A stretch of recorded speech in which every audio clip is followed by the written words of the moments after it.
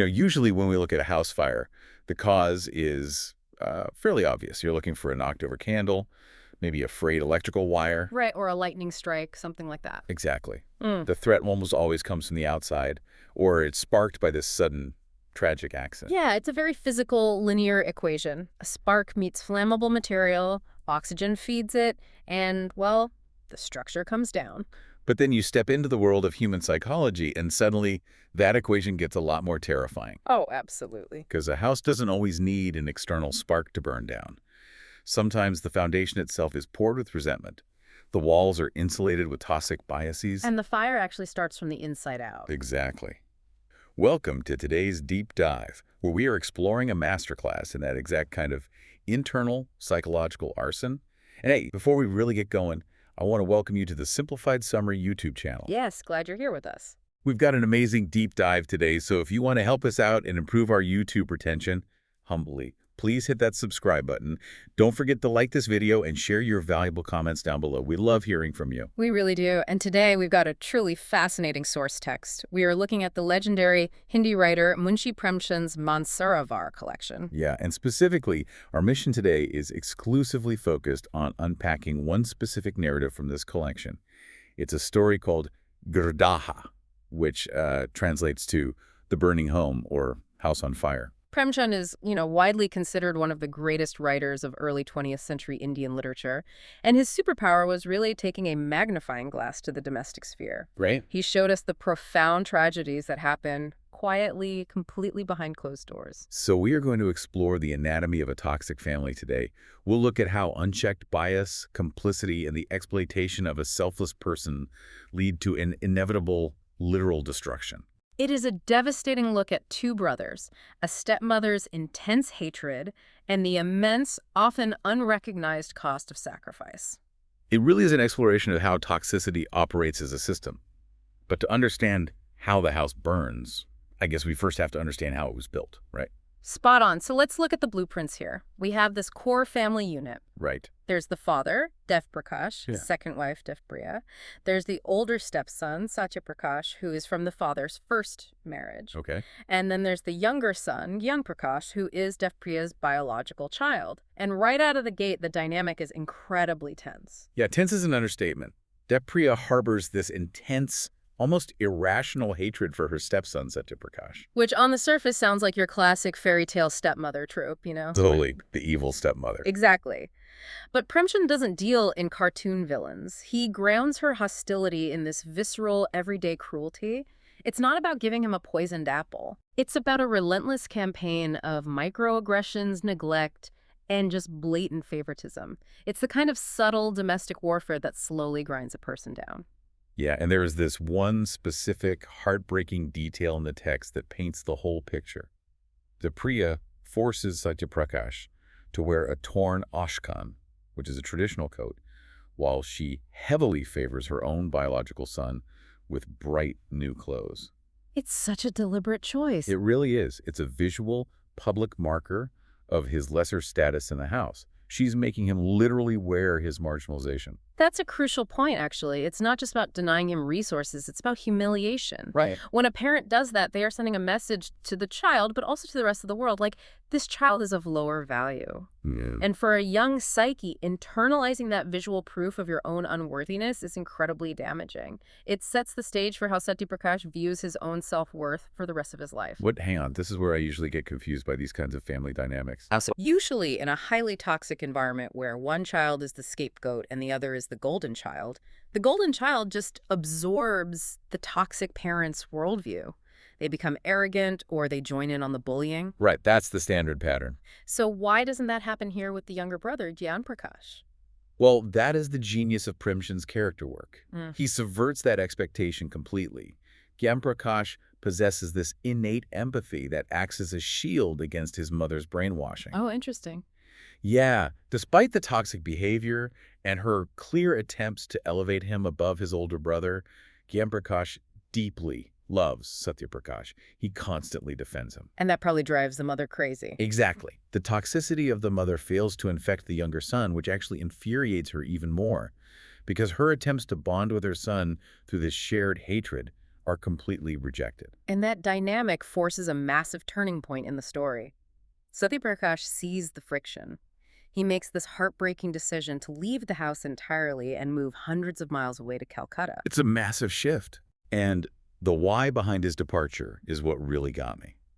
He doesn't pack his bags out of spite. He doesn't storm out screaming at them. No, not at all. He leaves because he feels unloved, sure, but primarily, he wants to remove himself as a source of tension so his younger brother can thrive. Yeah. He's just tired of watching Gyanprakash fight their mother on his behalf. He realizes that his mere presence is the battlefield.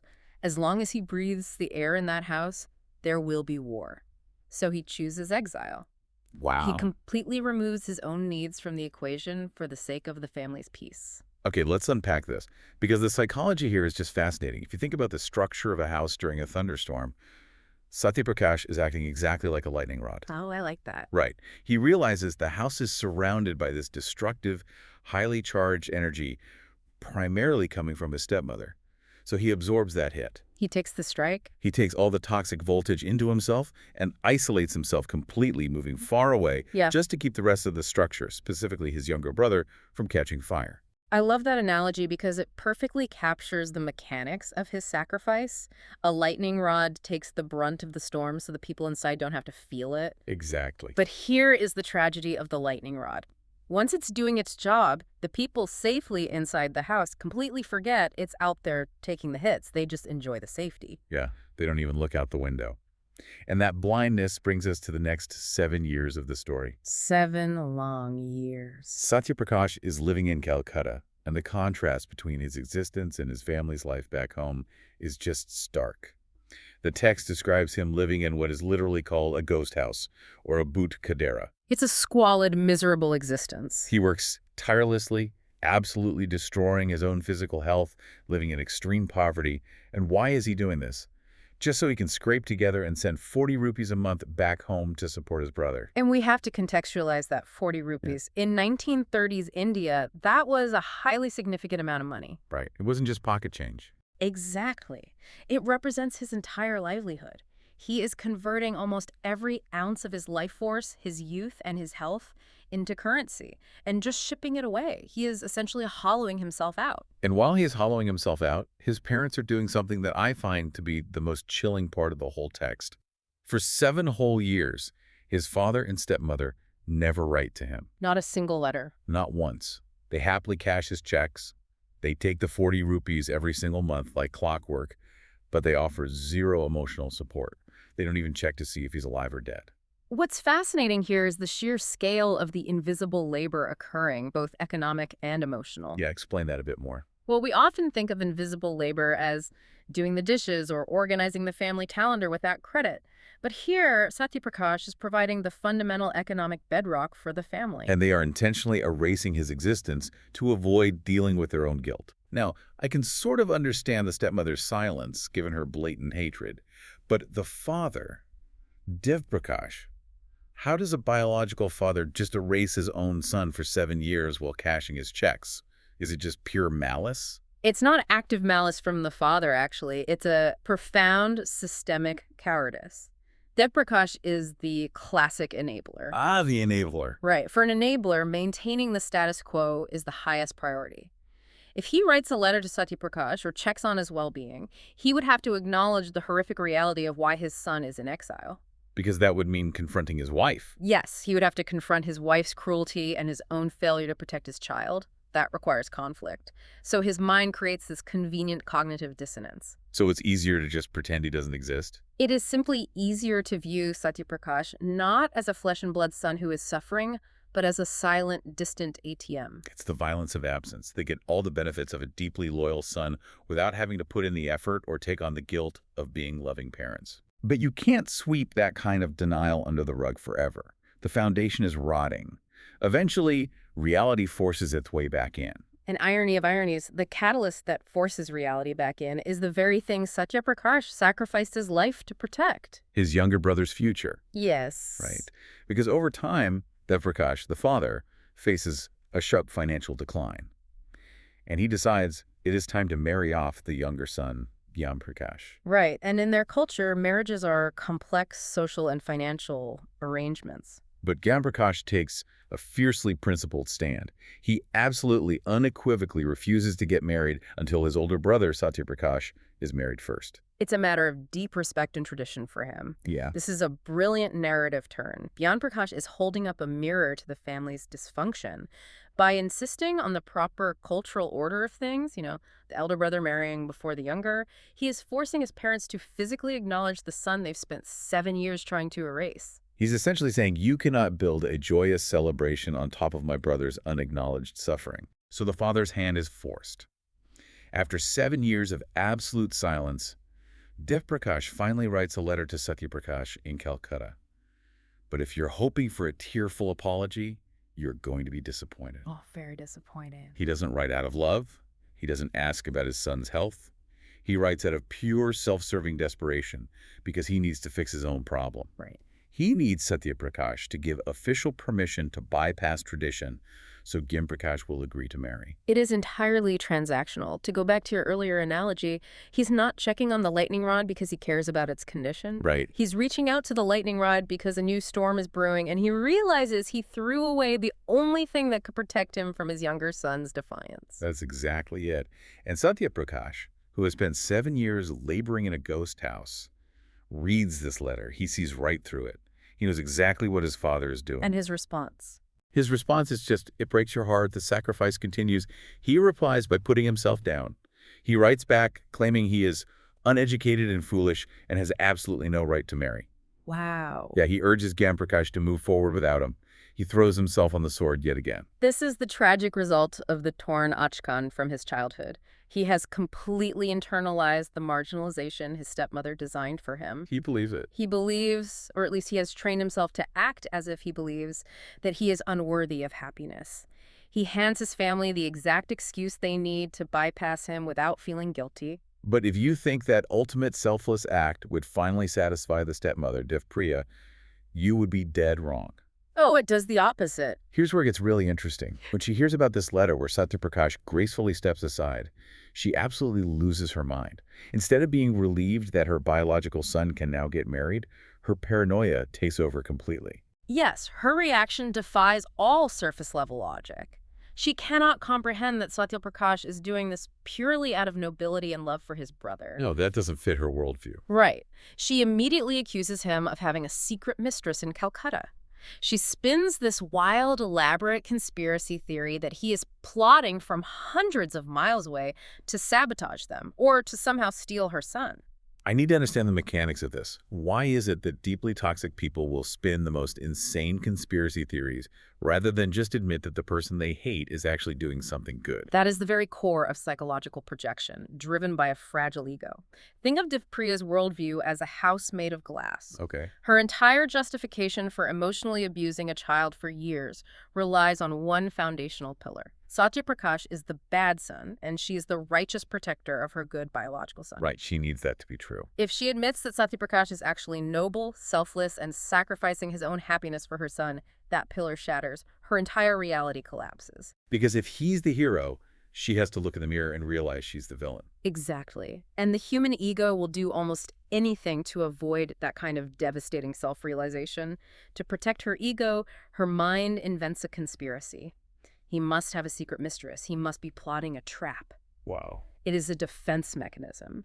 She needs him to remain a monster so she can maintain her false narrative of victimhood. That is just wild. But the truth is written in black and white in that letter, and Gyanprakash reads it. He sees his brother's self-deprecation. He sees the whole picture now. Yeah, he sees the sheer desperation of his father and the manic paranoia of his mother. He realizes the absolute depths of the injustice that has been done to his brother for years. And Gyanprakash puts his foot down. The empathy shield holds. He unequivocally refuses to marry. This is the exact moment the tension snaps. Gyanprakash's final refusal is the spark dropping into all that psychological kindling we've been tracking since the beginning of the story. And the resulting explosion is shockingly visceral.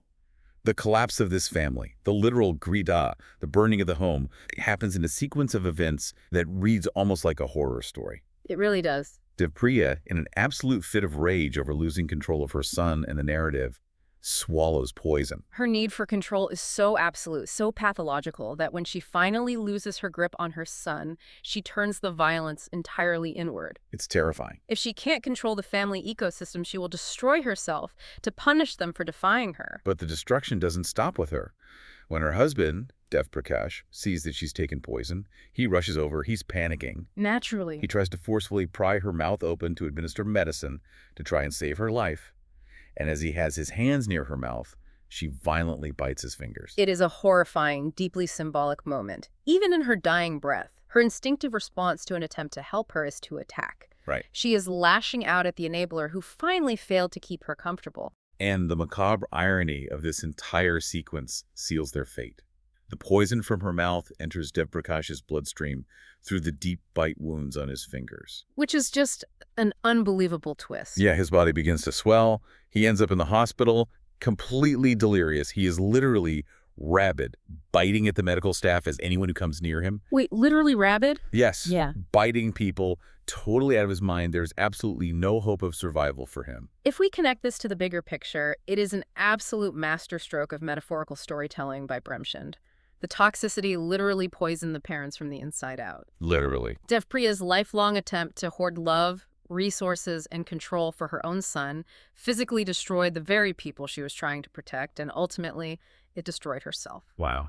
Her resentment was quite literally a venom that infected the whole family. And the father, who spent years passively watching his son be abused, dies thrashing and rabid, infected by the very toxicity he refused to stand up to. It is staggering. Both parents are wiped out in a flash of literal, physical poison that perfectly mirrors the emotional poison they've harbored for decades. It's a complete wipeout. And that leaves Gyanprakash entirely alone.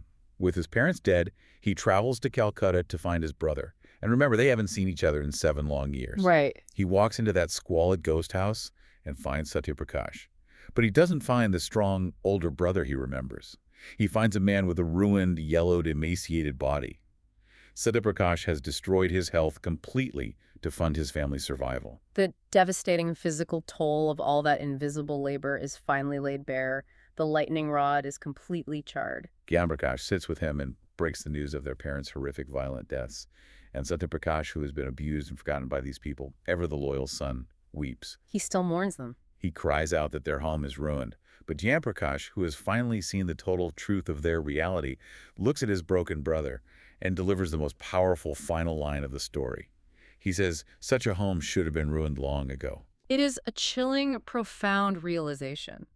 Gyanprakash recognizes that the home Satyaprakash is mourning never actually existed. Yeah. It wasn't a place of safety or love or nurture. It was a monument to injustice and cruelty. Its destruction wasn't a tragedy. It was the inevitable, necessary collapse of a fundamentally rotten structure. To recap this immense tragedy for you listening, the true Grah-daha, the real burning of the home, wasn't caused by a knocked-over candle or a sudden accident. No, it wasn't financial ruin or a bad crop either. Right. The home burned to the ground entirely because of the internal rot of unchecked resentment, the extreme paranoid favoritism of a stepmother, the cowardly complicity of a silent father, and the relentless exploitation of a selfless person. Satyaprakash tried to save the house by leaving it, by making himself the lightning rod. But you cannot save a building when the foundation itself is corrosive. You just can't. The parents' refusal to offer basic human decency to the very person who is literally sustaining them became their ultimate undoing. They consumed all his resources, but couldn't consume his brother's loyalty. Which brings us back to where we started. We talked about how a house doesn't always need an external spark to burn down. Sometimes the foundation is made of resentment. It certainly was here. And that leaves us with a lingering question for you to ponder long after this deep dive ends. Think about the modern dynamics you see every day, whether in our own families, our corporate workplaces, or our broader community. That's everywhere. How often do we see the most selfless individuals pushed to the margins, forced to carry the crushing weight of invisible labor, just to uphold a toxic system for everyone else? And what does the inevitable collapse of that toxic core look like today? Right. Is the destruction of a deeply flawed home always a tragedy?